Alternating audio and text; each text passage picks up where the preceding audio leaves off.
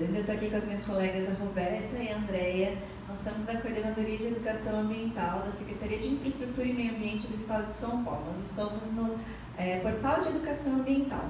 Nós estamos fazendo agora uma gravação sobre o Participe que a gente fez, né, a edição do Participe, um bate-papo sobre como fazer um projeto de educação ambiental para financiamento FEI. Infelizmente, a gente teve alguns problemas técnicos na transmissão e por isso que a gente está refazendo agora para deixar disponível para todo mundo. Nós informamos também que a gente está procurando novas alternativas para fazer a edição que a gente vai falar sobre como qualificar o projeto de educação ambiental para educação ambiental, tá? Então, em breve, a gente já vai divulgar novamente a próxima edição e fiquem atentos para acompanhar a gente também. Então, nós convidamos, né, as pessoas a participarem da discussão, enviando perguntas e sugestões, como comentários no portal, e a gente também vai levantar essas perguntas, essas questões que foram enviadas agora. E as perguntas que não foram no vídeo ao vivo também podem ser respondidas nessa gravação. Então vamos começar, Roberta. O que é o FEIDRO? Bom, boa tarde a todos. O FEIDRO é um fundo financeiro. Ele foi criado por lei para dar suporte financeiro para a política estadual de recursos hídricos, com o objetivo de financiar programas e ações na área de recursos hídricos para a proteção dos corpos d'água e das bacias hidrográficas. Ele faz parte de um sistema, que é o SIG-RH. Esse sistema ele foi criado também por lei. Ele foi criado para ajudar na implantação da política estadual de recursos hídricos e ele objetiva, além de unir o poder público e a sociedade civil para a proteção dos recursos hídricos, dar esse suporte financeiro. E aí que entra o FEIDRO, dar esse suporte financeiro para realmente garantir, né, o uso racional da água. Então, o FEIDRO ele é essa instância, né, administrativa financeira desse sistema maior. O sistema maior tem diversos órgãos, mas os que têm uma interface maior com o FEIDRO são os comitês de bacias hidrográficas, os CBHs, e o COFEIDRO, que é o Conselho Orientador do FEIDRO. Vale colocar aqui também que o COFEIDRO tem sua secretária executiva, que é a SECOFEIDRO, que faz a parte administrativa do FEIDRO. Eu falei assim de forma geral, né? Essas informações estão todas no site do SIG-RH. Eu coloquei de forma mais geral, porque nós, agentes técnicos, a gente atua mais diretamente com o projeto, só para dar uma noção geral para todo mundo. Mas a gente pode deixar o link no portal para as pessoas que quiserem mais informações a respeito do funcionamento do FEIDRO, do sistema. O Rafael Vieira Porsani mandou uma pergunta pelo portal. Ele perguntou assim: eu vou poder aplicar esse modelo em todos os locais?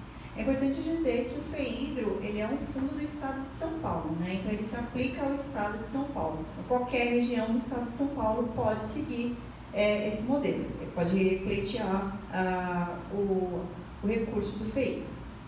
E, Roberto, que tipo de projeto que pode ser financiado pelo FEIDRO? Bom, todos os projetos que visarem, né, a proteção dos recursos hídricos, das bacias hidrográficas, dos corpos da água.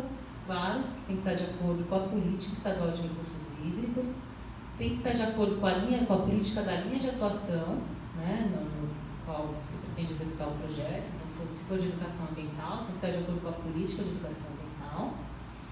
Tem que estar de acordo com os planos das bacias hidrográficas, né, porque cada bacia tem essa divisão regional, né, das bacias, e cada bacia tem suas regras, suas demandas, suas necessidades. Né? Então, a pessoa ela tem que conhecer, né, quando ela quer executar o projeto em determinada área, ela tem que conhecer essa região e conhecer o plano de bacia dessa região. Certo. E tem o manual de procedimentos operacionais que a instituição financeira tem que conhecer todas as regras, que ele está dando todos os passos, tanto para o financiamento quanto para a execução do projeto. No MPO também tem assim, as áreas, né, que são determinadas para... que elas que falam o tipo de projeto, né? Por exemplo, tem a nossa linha que é de educação ambiental. As linhas de atuação. Sim, tem a linha de atuação de educação, as linhas de atuação de educação ambiental, falando em educação ambiental, né? Então, o MPO ele coloca duas linhas de atuação. Ele põe a primeira, que seria sensibilização, conscientização e mobilização social, Aí a gente está falando mais de mutirões, campanhas, palestras, seminários, maquetes, cursos formativos, toda essa parte. E tem a linha de atuação que é educação para comunicação e disseminação de informação. A gente está falando mais de material impresso, sei lá, cartilhas, livros, manuais, Curso periódicos. Essa outra linha de atuação não, o curso está na primeira, né? A primeira é sensibilização, conscientização e mobilização social, né? Essa segunda linha de atuação, ela fala mais de materiais, tanto impressos como não impressos, né? Seriam periódicos, jornais, revistas, publicações, enfim, panfletos até. Mas o que é importante a gente entender aqui, que independente da linha de atuação que a instituição tomadora resolver atuar, que a educação ambiental ela não se faz só com distribuição de material ou exposição de conteúdo, que por si só não educam, né? Então a gente está hoje em dia na área nessa seara de informações, né? A gente é bombardeado de informações a todo momento e a gente sabe que só isso não é o suficiente, né? Então não adianta falar o que não pode fazer, e sim o porquê não pode fazer aquilo. Então um bom projeto de educação ambiental, ele tenta formar, construir um conhecimento, né? Formar uma mentalidade socioambiental no seu público-alvo, fazer com que as pessoas entendam que elas estão inseridas naquele ambiente, que elas fazem parte daquela problemática socioambiental e que elas podem entender quais são os deveres, as obrigações delas com relação a essa problemática, que elas podem sim atuar de forma a melhorar essa situação. Então, um bom projeto de educação ambiental tem que sempre ter esse lado formativo por trás. Então, uma ação é sempre complementar a outra, né? Certo. É importante a gente dizer que a gente vai falar mais especificamente sobre esse tema daqui a 2 semanas, na próxima edição do Participe, que a gente vai falar sobre como qualificar o projeto de educação ambiental para o financiamento feito. Então, André, quem que pode pedir financiamento para o feito? Então, quem pode pedir financiamento são instituições públicas, né, como prefeituras, até mesmo Estado, entidades sem fins lucrativos, né, entidades privadas sem fins lucrativos, e também pessoas jurídicas de direito privado, né, com finalidade lucrativa, que sejam usuárias de recursos hídricos. Que sejam usuárias de recursos hídricos. Tá, vieram algumas perguntas a respeito disso, né? Para a gente pelo portal. Algumas pessoas perguntaram assim, é possível uma pessoa física? Não é possível. Não é possível. Então, como eu falei, não são entidades, né, sem fins lucrativos, né, mas pessoa jurídica, né, e também pessoa jurídica de direito privado, usuárias de recurso hídrico, mas não pessoa física. Escolas públicas e privadas podem pedir recurso hídrico? Então, escola pública, se for do município, né, se o projeto for aplicado nas escolas, então a instituição tomadora será a prefeitura, né? Agora, escolas particulares, né, você perguntou, pelo MPO não há impedimento, né? Mas é isso. E a gente sempre fala também, né, nessa questão de qualificar os projetos, né, de ter uma abrangência maior. Então, de repente, não fazer um projeto em uma escola só, né, para realmente melhorar a qualidade, né? Então, assim, não existe nenhum impedimento da escola privada pedir o financiamento? Não existe. Tá. E para a escola pública, na verdade, também não. O mais adequado é que ela entre em contato com a prefeitura para tentar fazer um projeto maior. Mas não tem nenhum impedimento específico. Não, então a escola pública, na verdade, vai ser se for municipal, será pela prefeitura. Né? Então a prefeitura vai ser a instituição tomadora que vai aplicar o projeto na escola. Tá. E qual que é o valor do financiamento? Tem algum limite, alguma referência? Então, na verdade, os valores dependem de cada comitê de bacias. Né? Então, cada comitê de bacias faz, né, sua deliberação, né, a respeito dos valores disponíveis, né, deliberação que fala de valor e prazo também. Né? Então, é importante o proponente entrar em contato, primeiramente, com o comitê de bacias da sua região e se informar justamente disso, né, os prazos e os valores disponíveis também para aquele ano. Certo. E quem que o interessado deve procurar para enviar o projeto? Então, primeiramente, procurar o comitê de bacias da região. Tá? Então, na verdade, esse é o primeiro passo.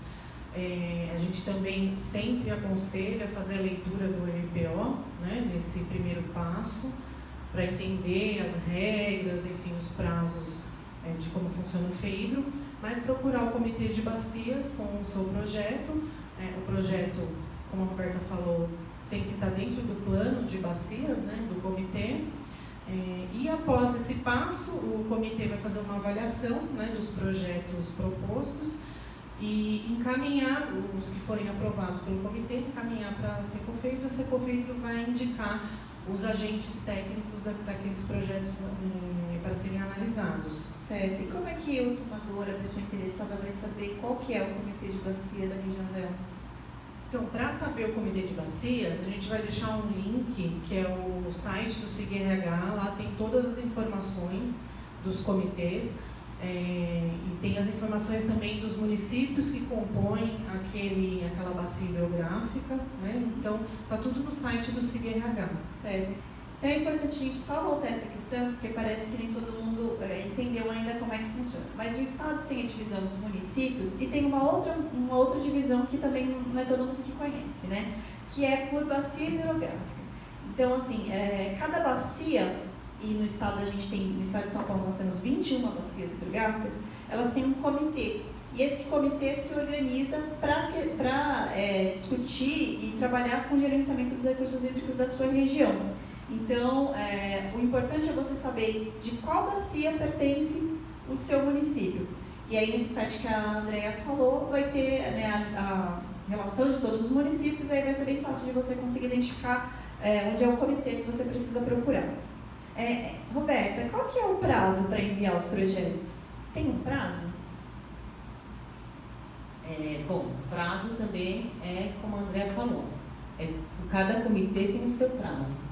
Né? Então, a pessoa tem que procurar o comitê de bacia hidrográfica da sua região para saber o prazo para propor o projeto, qual vai ser o prazo para aprovação do projeto, qual vai ser o prazo de liberação de parcela. Então, cada comitê vai ter sua regra com relação a isso.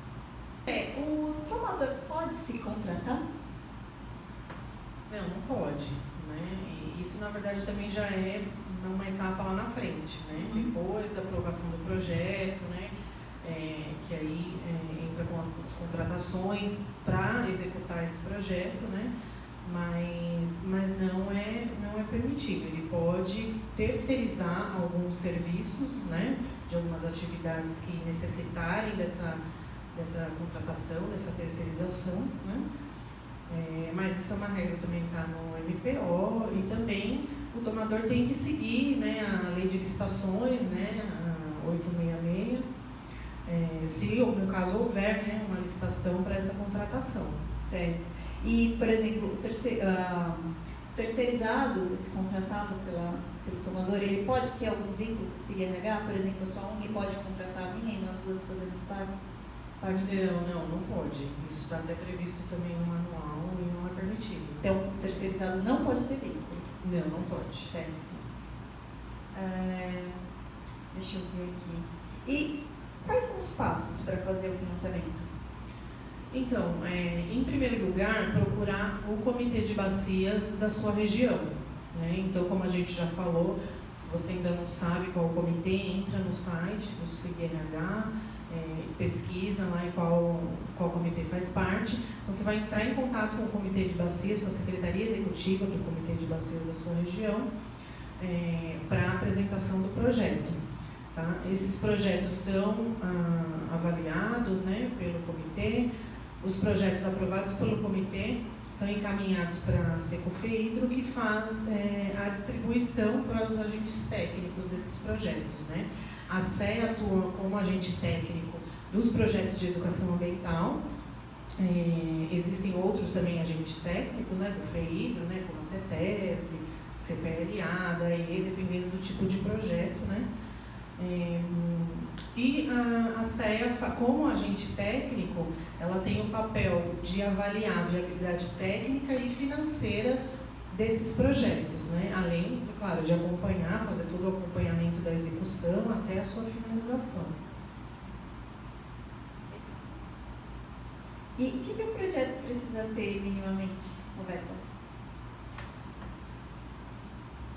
Bom, a gente tem duas partes para falar nessa questão, né? Existem as questões que o MPO coloca, né? Que é com relação à educação ambiental, que é a qualificação da equipe técnica, que é seguir a lei, a política pública de educação ambiental, que se for ter parceria com as diretorias de ensino, né, regionais, tem que ter comprovante, né, o termo de parceria. Se for ter outros tipos de parceria também tem que ter esse comprovante, esse termo de parceria. Acho que é isso, assim, mais específico de educação ambiental. Mas a gente também tem os passos gerais, né, para você montar um projeto, que funciona para você montar qualquer tipo de projeto. Então você tem que ter, sei lá, introdução, né, você tem que colocar o agente técnico dentro do cenário, né, e explicar para ele por que você está fazendo aquele projeto, qual é a situação que está sendo colocada ali. O agente técnico precisa entender esse cenário, a introdução não pode ser genérica, a justificativa, o porquê que você está atuando naquela região, qual que é o seu objetivo, quais são as problemáticas e os desafios que o projeto vai enfrentar, né, atuando nessa região, como que ele vai beneficiar, né, ao final, que benefícios ele vai trazer para a região, qual problemática que ele vai amenizar naquela região, que benefícios socioambientais ele vai trazer com o projeto dele, qual vai ser o impacto. Então isso tudo está na justificativa. Tem que ter a equipe técnica qualificada, ele tem que ter... O que é a equipe técnica qualificada? Por exemplo, o próprio tomador que tem equipe técnica qualificada é terceirizado também. Então, por exemplo, se você for capacitar líderes de uma região, você tem que me comprovar que a sua equipe tem uma capacitação para capacitar esse público, que é um público já mais qualificado, por exemplo, né? Então você vai comprovar isso através de currículo, informações. Se você vai capacitar a criança, essa equipe tem que ter qualificação, já ter experiência de trabalhar com criança. Então é nesse sentido, isso tem que ser comprovado. Certo. Aí ele tem que colocar os objetivos, o objetivo geral, aonde ele quer chegar com esse projeto, os objetivos específicos, né, que são as atividades, o que ele vai realizar, as metas, né, as metas é o que, como, né, o que ele vai fazer e como ele vai chegar naquele objetivo. Os resultados. Os resultados também ele tem que definir. O público-alvo tem que ser bem definido, né, porque o público-alvo ele define tanto a metodologia quanto a linguagem. Então é muito importante que o público-alvo seja bem definido. Se você está então fazendo um projeto para crianças, você tem um tipo de metodologia, um tipo de linguagem. Se você está fazendo um projeto para a população tradicional, é uma outra metodologia. Para multiplicadores, é uma outra linguagem, uma outra metodologia. Então você tem que definir bem esse público-alvo. Né? O que mais? Público-alvo... Só complementando um pouco, acho que assim, se a gente for falar, de repente já tem uma receita, né, para montar um projeto, a junção, né, do MPO, que contém as regras, né, do que pode ser financiado pelo FEI, do que não pode, né, no momento que você está ali pensando no projeto. E a gente tem um roteiro também de elaboração de projetos de educação ambiental, né, uma publicação da CEA, que está disponível no site para download. A gente também vai deixar o link aqui para quem tiver interesse, que na verdade contém todos esses passos, né? O que tem que conter um projeto. Aqui, como o tempo também é um pouco mais curto, a gente fala em linhas gerais, né, dos itens que tem que ter, mas é interessante a leitura, né, desses dois materiais. Então, na hora que você for pensar no seu, né, para escrever um projeto, para obter financiamento feito, a leitura do MPO é muito importante e essa publicação também serve como uma orientação, né? Mas a estrutura é basicamente essa, né? Você tem que apresentar a planilha orçamentária, tem que apresentar o cronograma físico-financeiro, em quanto tempo você vai realizar o seu projeto, né? Qual é o seu gasto em cada etapa. Teve uma pessoa até que perguntou se existe um limite de tempo para fazer o projeto. Não existe um limite de tempo. Ele vai fazer o cronograma dele em quanto tempo ele acha que ele vai finalizar o projeto dele, mas a gente analisa, né? Se ele colocar um projeto muito complexo, que ele vai realizar em 6 meses, de repente o agente técnico ele fala, olha, nos parece que não é possível planejar todas essas ações, essas atividades, chegar naquele objetivo final em 6 meses. Então, a gente tenta avaliar isso, mas normalmente quem estabelece o tempo de execução do projeto é o tomador. Pode ser 12 meses, 24 meses, 36 meses, dentro do que ele está propondo, das metas que ele está propondo. E aí ele precisa fazer essa planilha. Ele precisa apresentar a planilha, ele apresenta a planilha financeira, que é um anexo do MPO, né? E ele apresenta o cronograma físico-financeiro, que ele vai colocar as etapas do projeto dele, em quanto tempo ele vai realizar esse projeto, Mas as metas. Precisa apresentar? Basicamente é isso. Né? Ele vai apresentar o termo, então o que ele vai o termo de apresentar? referência. Ele vai apresentar o termo de referência, né, que na verdade é toda a descrição do projeto com essa estrutura, né, de introdução, justificativa, objetivo geral, objetivos específicos, público-alvo, com toda essa, com a metodologia, né, descrever a metodologia que ele vai utilizar. Ele vai apresentar a planilha de orçamento, que tem que estar tudo de acordo com o que ele está propondo no termo de referência, né? A planilha de orçamento também, ela tem que ser por atividade, né? Então, na planilha eu vou colocar lá a atividade 1 e eu vou descrever na planilha tudo que eu vou precisar para a realização daquela atividade. Né? Isso fica uma maneira também mais clara para o agente técnico fazer a análise. E, como a Roberta falou, além da planilha, o cronograma físico-financeiro, que são aí as atividades distribuídas, né, ao longo do prazo do projeto, né, e por etapa. Né? Certo. Eu acho que a gente não comentou aqui, né, sobre a parceria com escolas, que precisa ter aquele documento. Na verdade, acho que a Roberta falou um pouco, mas os projetos de educação ambiental, eles têm alguns pré-requisitos, né, para serem aprovados, que estão previstos no MPO.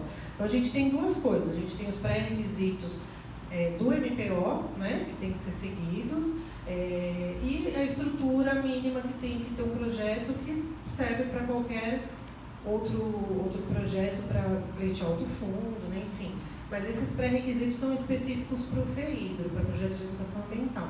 Um deles é a comprovação formal de parceria com a diretoria de ensino, se o projeto prevê, né, atividades, enfim, se o projeto for para o público escolar, for nas escolas. Então tem que ter esse documento comprovando a parceria. Veio uma pergunta aqui perguntando se às vezes eles têm dificuldade de ter esse documento porque muda a gestão. Deixa eu ver aqui a pergunta. Tabita, né, fez essa pergunta. Tabita Teixeira. Algumas diretorias de ensino regional possuem interesse em participar como parceiros. No entanto, devido ao longo processo do FEIDRO, até começar realmente o projeto, que pode levar mais de um ano, as mesmas respondem que assim que iniciar o projeto, podem procurá-las novamente. Né, o tomador pode procurar novamente. E outras dizem que eles pedem para que o projeto esteja em andamento ou que comprovem o projeto para eles assinarem. Então, ela diz, né, em resumo, vemos dificuldades em comprovar essas parcerias antes da aprovação do projeto. Como proceder nessa situação em que a diretoria mostra o sinal verde, mas ainda não quer assinar? Tem como fazer isso? Então, na verdade, tem que apresentar algum documento. É um pré-requisito. É um pré-requisito. pré-requisito para aprovação. O que acontece? Se de repente o projeto é aprovado, né, sem esse documento, e ele é iniciado e não há a efetivação dessa parceria por algum motivo, né, a diretoria de ensino não quer mais o projeto, enfim, o projeto é todo comprometido, né? Então tem que ter um documento, sim, falando dessa parceria que existe, o interesse da diretoria de ensino realizar esse projeto nas escolas. Isso tem que ser apresentado logo de início, junto com o termo de referência. Até nem que não seja um termo de parceria mesmo, pelo menos a intenção daquela diretoria de ensino fazer essa parceria. E aí, posteriormente, ele vai ter que juntar o termo de parceria. Porque pode acontecer isso que a Andrea falou, depois ele planeja de fazer essa parceria, a diretoria de ensino não entra na parceria e compromete o projeto como um todo. Até porque, né, a gente vai abordar isso mais na próxima edição, o projeto ele também tem que estar interligado com o planejamento da escola, né, daquele público-alvo. Então não adianta também a gente vir fazer uma ação específica pontual com a escola, sendo que ela não vai refletir em nada no planejamento da escola. Então, para a escola dar esse aceite, né, confirmar essa parceria, ela precisa também estar dentro do planejamento, né? É um fato importante para ser falado, que a gente vai abordar mais na próxima edição. Veio uma pergunta aqui também da Maria Bernadette: como que é feito o acompanhamento dos projetos? O agente técnico ele faz todo o acompanhamento, né? Primeiro ele faz a análise técnica e financeira do projeto, né? Ele avalia a viabilidade do projeto. Depois ele começa a avaliar a execução do projeto. Então ele vai avaliar mediante relatórios de atividades que o tomador vai encaminhando, né? Conforme ele for executando, ele tem que ir encaminhando esses relatórios, fotografias. Ele vai encaminhando a comprovação de que ele está executando a atividade, né? A gente também faz a avaliação financeira, então conforme ele for fazendo as contratações, ele tem que ir mandando a documentação. Depois, conforme ele for efetuando os contratos, ele tem que encaminhar todas as notas fiscais.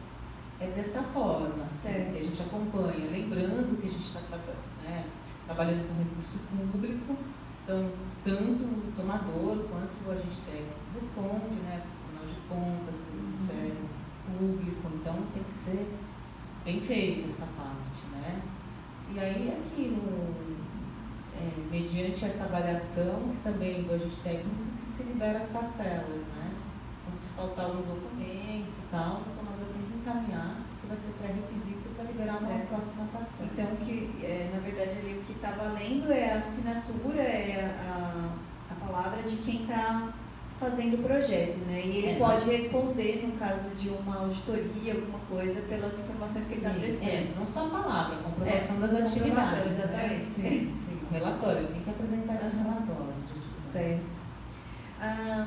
Vem uma pergunta aqui do Rogério, ele pergunta se a gente conhece o projeto Casa Mais Verde.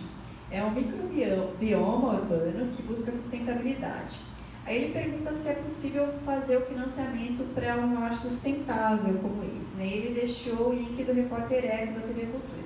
Eu assisti esse vídeo e ele mostra algo como um viveiro que tem várias mudas e tal, e eles têm ações de plantio, pelo que eu vi assim, eles podem fazer até assim nas margens dos rios e tal. É possível fazer financiamento para um projeto desse tipo? Então, projeto de obras, o MPL só permite para os órgãos públicos. Certo. Né? No caso, as prefeituras. Não é permitido para instituição privada e nem para as ONGs. Agora tem um detalhe também, um projeto de obra, mesmo que ele envolva um projeto de educação ambiental, ele vai ser analisado por 2 agentes técnicos, né? Então a obra vai ser analisada provavelmente pela CETESB, vai ter toda uma planta, uma engenharia para ser analisado, e a parte de educação ambiental do projeto vai ser analisada, por exemplo, pela CETESB. Certo. Mas para ele ser enquadrado como educação ambiental, só o fato dele ter as mudas lá, será que ele se enquadra? É importante que ele qualifique, né, essa questão, que ele faça um processo formativo. Por quê que ele está fazendo esse processo, esse viveiro de mudas, né? É importante ele vai fazer um curso, uma qualificação, ele tem que estar vinculado a um processo formativo maior, né? Só ter as mudas lá não garante isso, não Não, é na verdade, pelo que foi falado, né, na pergunta, de repente me parece um projeto parecido com restauração ecológica, né?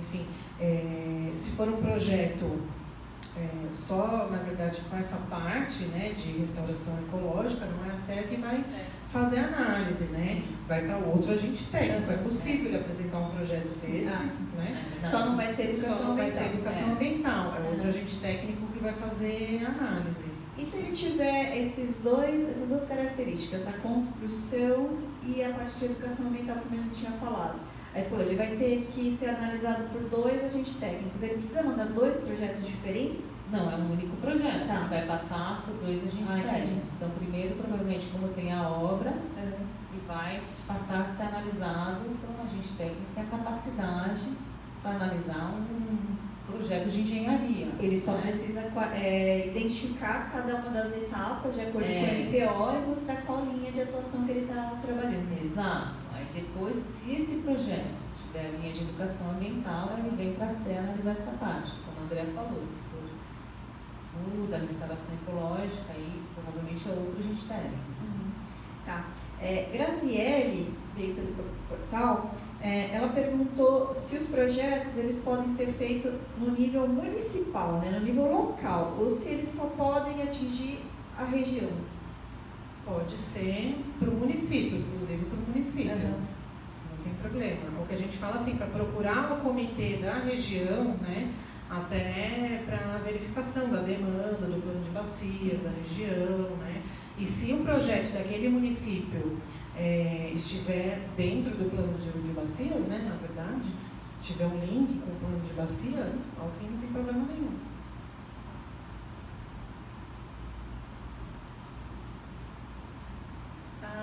Rodrigo Moreira pergunta: projetos relacionados à formação de multiplicadores e agentes de desenvolvimento comunitário voltados para a educação ambiental podem ser financiados? Claro, com certeza.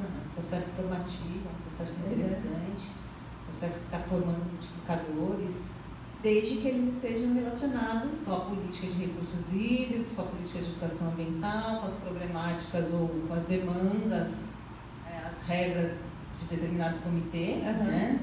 Ele só não pode ser assim um projeto de educação ambiental amplo, né? Ele tem que estar alinhado a essas questões do comitê de bacia, tem que estar alinhado daquela região onde ele vai ser aplicado. Exatamente. Essa pergunta ela veio depois que a gente acabou aqui uma gravação, então ela é nova, inédita aqui pra gente. João Marcos Paiva pergunta se para inscrever um projeto de ferido ele precisa ter um cargo ou algum vínculo com uma entidade do terceiro setor. Ou o consentimento da pessoa responsável pela entidade já basta. Tem que ser uma entidade. Então, na verdade, o proponente, né, do projeto tem que ser a instituição tomadora, na verdade. É a mesma coisa, né? Então, quem está propondo o projeto é quem vai ser o futuro tomador ali, a instituição, né? Então, tem que ser um responsável pela instituição, né? Uma pessoa que faz parte da equipe da instituição. Ele, como pessoa física, ele não pode propor o projeto, nem que ele tenha um cargo dentro de uma instituição. Enfim, ele precisa fazer parte mesmo. É que, na verdade, não é a pessoa que vai apresentar o projeto, Exato. é a instituição. Então, na verdade, Exatamente. não é a pessoa, né? Mariane Lima mandou também aqui um comentário.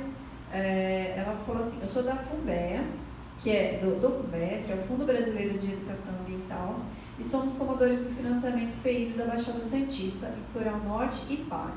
Aí ela diz assim: creio que o segredo do bolo é mesmo decorar e seguir a risca o MPO, bem como utilizar referências atuais, dados quantitativos também atuais, levantar o plano de bacia, relatório de situação, etc. E sempre vincular e correlacionar as políticas de recursos hídricos de educação ambiental. Aí vem a pergunta: a PMA tem como primeiro princípio o enfoque humanista, holístico, democrático e participativo. Ao analisar os projetos, as propostas que utilizam de metodologias participativas e que envolvam a comunidade ganham pontos a mais na concorrência, eu acho que assim, ela está falando de um ponto antes de chegar na gente, né? Não é a gente que analisa essa parte, Eu né? acho que sim, acho que é aquele primeiro passo lá, né? Que são os projetos escolhidos, enfim, avaliados pelo comitê. Essa avaliação não é feita pelo agente técnico, né? Essa avaliação é feita pelos comitês e, assim, é bastante importante o que ela colocou, né? Um projeto bem qualificado. Mas a gente não sabe fazer essa análise se ganha pontos ou não, porque não somos nós, como agente técnico, que fazemos essa análise. Certo. Acho que é importante também, só uma observação, né, relacionada a isso. Os projetos, quando chegam para ser analisar, né, a gente vai analisar ali dentro do MPO, né, então assim, não tem uma pontuação, né, diferenciada, enfim. Então a gente vai analisar se o projeto é viável, né, tecnicamente falando, financeiramente, está dentro do MPO. Né? Isso é lá atrás mesmo. Maria Aparecida Neves pergunta: gostaria de saber se os recursos FEIDRO também podem ser utilizados para saneamento básico e necessidade de troca de tubulação, tipo manilhas com vazamento, aquisição de bombas dosadoras de cloro, flúor em água de abastecimento público e até compra e manutenção de veículos para as devidas inspeções. Então, na verdade, como não se trata de um projeto de educação ambiental, né, eu não vou saber respondê-lo ao certo. Então, o que eu aconselho é ela acessar o MPO, né? No MPO tem tudo detalhado o que pode ser financiado pelo FEIDRO. Então, de repente lá ela consegue a resposta de se pode ou não, né, se apresentar um projeto desse tipo. Certo.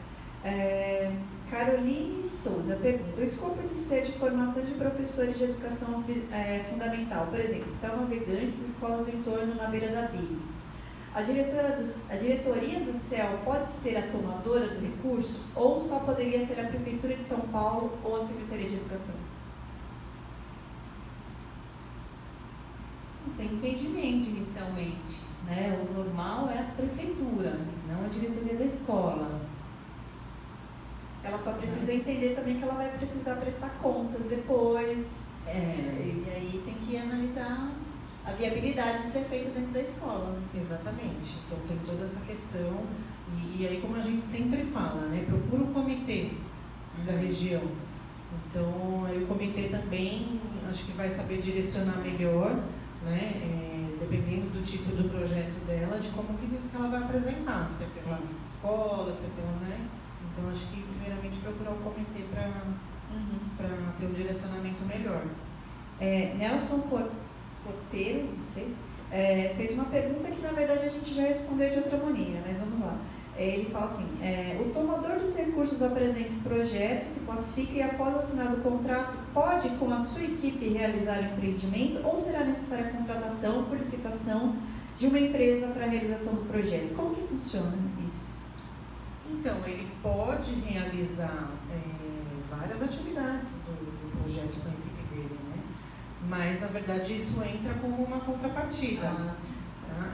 Isso também tem explicado no MPO, né? O que contempla a contrapartida, o que é aceito como contrapartida, né? E as horas aí de trabalho da equipe vai entrar, no caso, como contrapartida da instituição. Lembrando que o responsável pela coordenação técnica do projeto, ele tem que ser sempre da instituição, tá? Como a gente falou, né, que pode ser contratado uma equipe para realizar determinadas atividades, né, pode terceirizar, mas a coordenação tem que ficar com a instituição tomadora.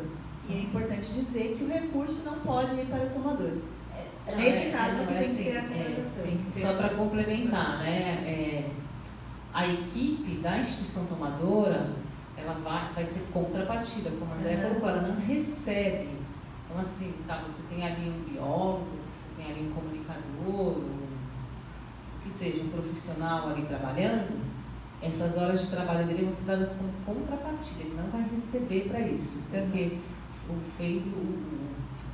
recurso do FEIDRO é para financiar o projeto, certo? Ele não paga, ele não dá lucro. Então, assim, agora você pode contratar uma empresa terceirizada para executar X ação do projeto. Certo. Érica Calado pergunta, o projeto pode ser progressivo, atingindo em etapas o público-alvo, por exemplo, agentes recicladores, depois professores da rede municipal, as crianças das escolas municipais, enfim, a população em geral? E se existe algum prazo entre essas etapas? Pode, claro que pode, portanto que ele planeje direitinho o projeto dele, não tem problema nenhum. Ele vai ter que fazer isso no cronograma físico-financeiro dele, ele vai indicar as metas, ele tem que ter o público-alvo dele bem definido, por mais que tenha diversos públicos-alvos, né, ele tem que definir direitinho, mas pode sim.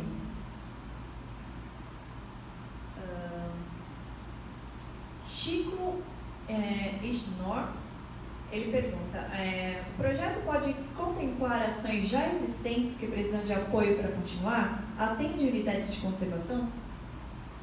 Sim, para as duas perguntas. Né? Na verdade, atividades que já estão aí em andamento, né? Não tem impedimento nenhum, pelo contrário. Né?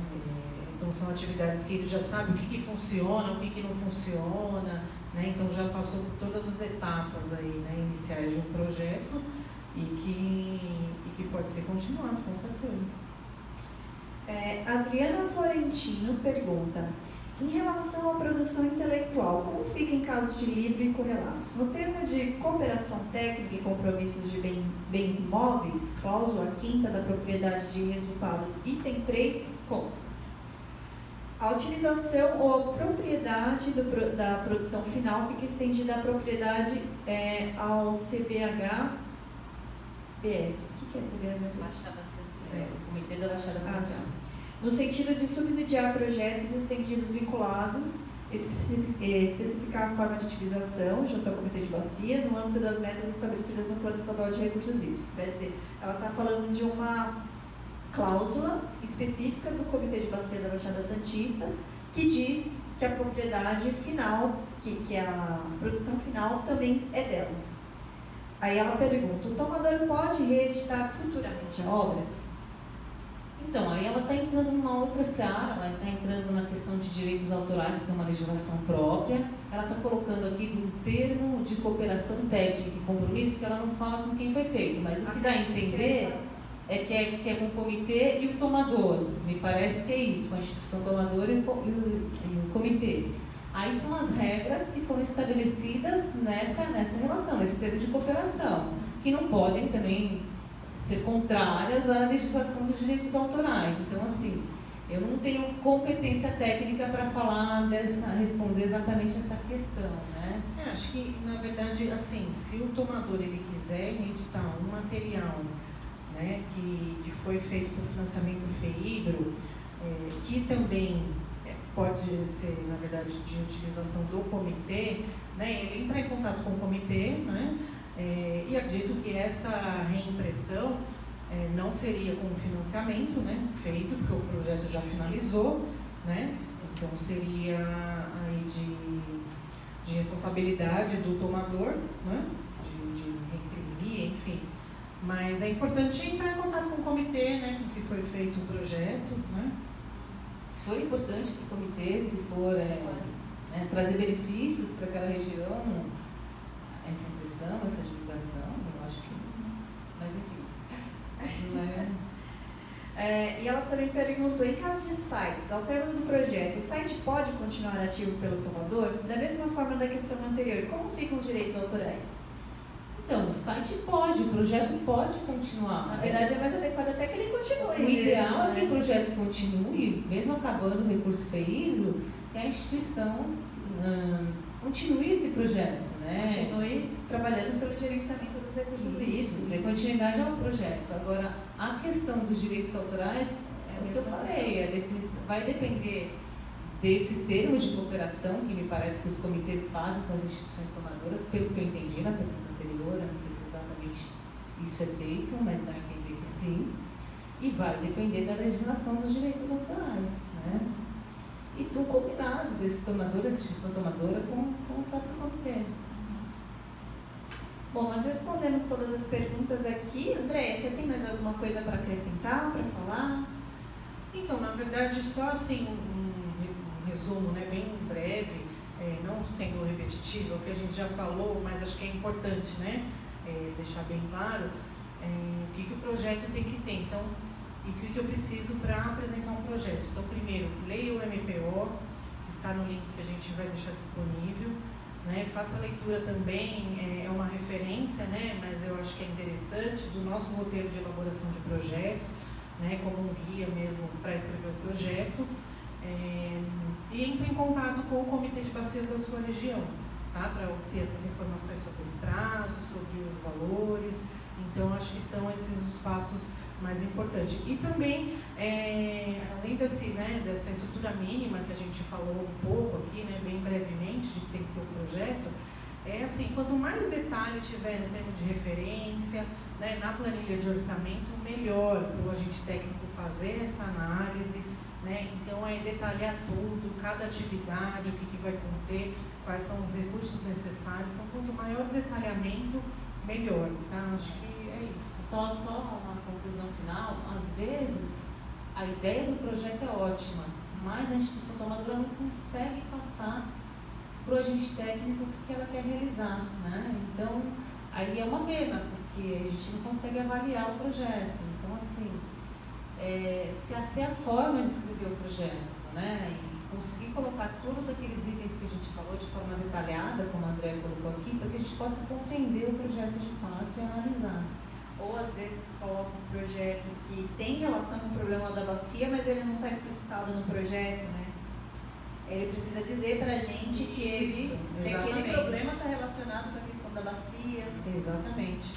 E isso lá na introdução, né? Como a gente falou de início, né? Então, deixar bem detalhado e bem claro ali a realidade, né? E fazer esse link, né? Com a problemática e o plano de bacias, né? O que ele está propondo para ajudar a resolver esse problema. Né? Bom, então, nós respondemos a todas as perguntas que foram enviadas aqui para a gente. Nós vamos responder também as perguntas no portal. Vamos deixar todos esses links que foram indicados.